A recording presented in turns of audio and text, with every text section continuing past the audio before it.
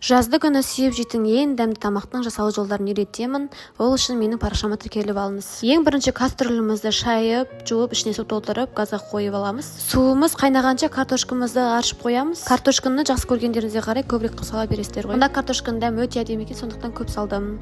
Ол картошкамыз қайнап тұрғанша бірінші қамырымызды елеп аламыз. Қамырымыз езілмей түсу үшін жұмыртқа мен тұзымызды көбірек қылып саламыз. Еленген қамырымызды салафанға салып қойып қоямыз. Қамырымызды елеп болғаннан кейін подливке дайындаламыз. Бұл подливке тек қана помидор, пияз, болгарский керек. Осылайша помидорымызды майдалап турап аламыз. Пиязымызды да жіңішкерек қылып турап аламыз. Болгарскийімізді де дәл солай турап қоямыз. Бұның бәрін дайындап болғаннан кейін қазанымызға майды әжептәуір құйып аламыз. Қызып тұрған майға пиязымызды салып қызартып қуырып аламыз. Қызарып қуырғаннан кейін болгарскийімізді де әдемілеп тұрып қуырып аламыз. Болгарский мен пияз әдемілеп қуырылғаннан кейін помидорды саламыз. Помидорымыз біраз қайнағаннан кейін бетін жауып қоямыз. Оған судың құюдың қажеті жоқ. Подлив дайын болғанша қамырды жайып аламыз.